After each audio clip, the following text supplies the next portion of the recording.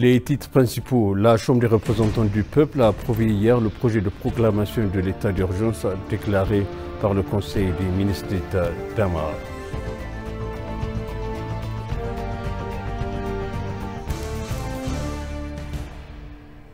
Le vice-premier ministre de Mekamakoun a reçu le secrétaire général de la Ligue mondiale du musulman, Cheikh Mohammed bin Abdul Karim Al-Issa.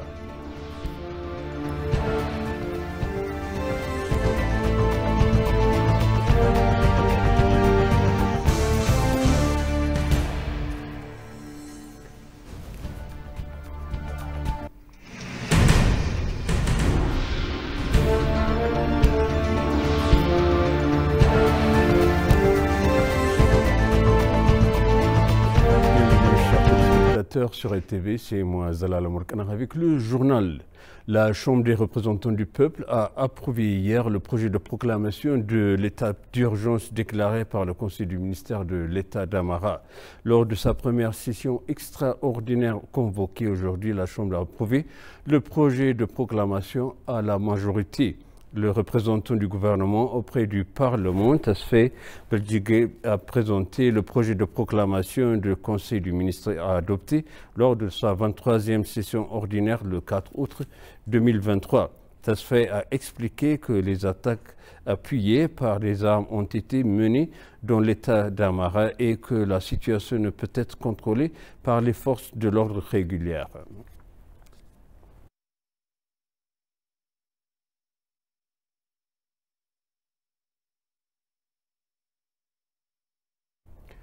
De même, la Chambre de représentants des peuples a approuvé les nominations des membres de la commission d'enquête sur l'état d'urgence par la résolution numéro 17-2015. Les membres élus du comité d'enquête sur l'état d'urgence, M. Azmarao Ademo, l'organisateur, Dr Najat Girma, vice-président, M. Adik Adam, membre, M. Mesfin Rakab, membre, Dr Abraham Berta, membre, Mme Freot Tachome, membre, M. Wendemou Gizao ont été nommés membres et les membres du Conseil ont prêté serment devant l'Assemblée.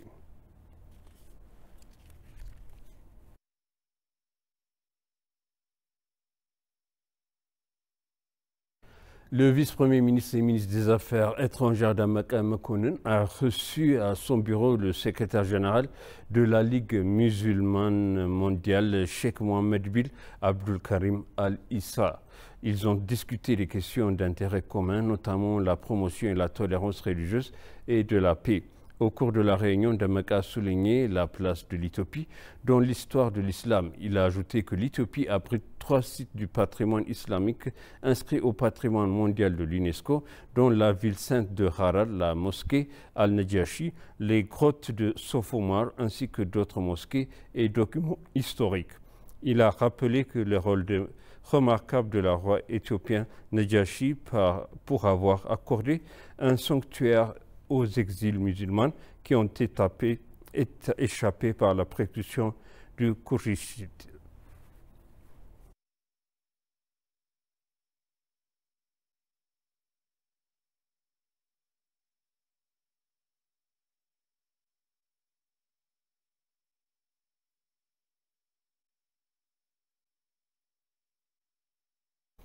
La 19e session ordinaire de la conférence ministérielle africaine sur l'environnement a débuté hier à Addis Abeba. La conférence organisée sous le thème « Saisir les opportunités et renforcer la collaboration pour révéler les défis environnementaux en Afrique » se tiendra jusqu'au 18 août 2023. Lors de l'ouverture de la conférence, le ministre d'État de la Planification du Développement, Sandokan Debebe, a dévoilé que l'Éthiopie déployait un maximum d'efforts pour atténuer le changement climatique en plantant des milliards d'arbres. Les efforts déployés par le gouvernement éthiopien sont une solution naturelle au changement climatique, a-t-il ajouté. L'objectif principal de la conférence est de renforcer la collaboration entre les différentes institutions et d'améliorer la mise en œuvre de la cadre environnementaux régionaux et mondiaux afin de révéler les défis environnementaux auxquels le continent est confronté.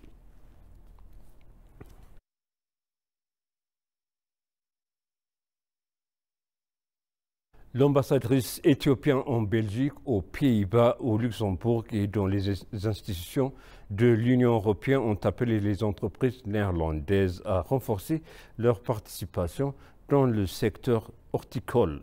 L'ambassadrice Hirout s'est entretenue à Bruxelles avec des représentants d'entreprises néerlandaises impliquées dans le secteur horticole en Éthiopie. Bekakam Dorel Red Fox Ethiopia, Francis Demon Orange, INLBNA et Hortus Supply International font partie des entreprises qui ont participé à la discussion. Sur scène, les entreprises ont discuté qui serait bénéfice si l'Éthiopie utilise son potentiel en horticulture. L'ambassadrice Hirout a indiqué que le gouvernement prend différentes mesures pour utiliser les idées que les entreprises ont réduites.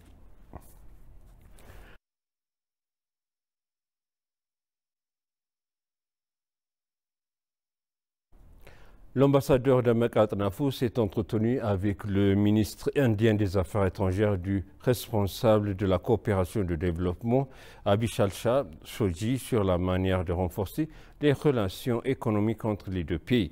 Les informations obtenues auprès de l'ambassade d'Éthiopie à New Delhi indiquent qu'au cours de la discussion, EZA doit élargir les programmes mis en œuvre par la coopération technique et économique. Les informations indiquent que l'Éthiopie et l'Inde ont eu une longue relation historique. De nombreux accords de communication ont été signés pour renforcer leur coopération bilatérale. Parmi ceux figurent des accords qui ont été signés pour renforcer la coopération technique, économique et scientifique.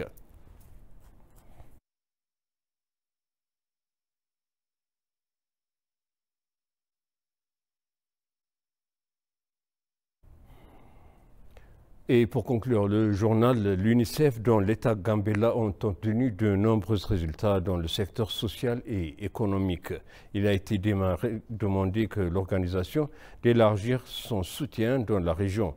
Le président de l'État de Gambella, Oumoud Oudjoulou, et d'autres parties prenantes ont discuté avec les représentants de l'UNICEF des activités socio-économiques menées dans les régions de Gambella. Oumoud a noté que l'organisation fait un bon travail dans les domaines de l'éducation, de santé, de l'approvisionnement en eau potable et d'autres secteurs de la région. Dr Aboubakar a affirmé que le mouvement dans les établissements d'enseignement et de santé, l'approvisionnement en eau potable et d'autres secteurs devraient être poursuivis avec vigueur. Il a indiqué qu'il continuera à renforcer le soutien global pour profiter mieux à la société.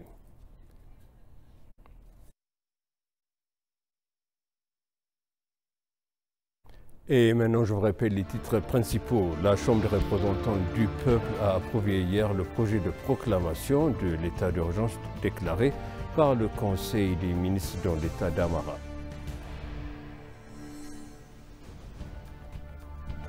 Le vice-premier ministre Demeka Mekonnen a reçu le secrétaire général de la Ligue mondiale du musulman, Cheikh Mohammed bin Abdul Karim Al-Issa. Chers téléspectateurs, ainsi s'achève le journal. C'était moi, Zala Lamourkana, avec vous et je vous souhaite une bonne suite de programme.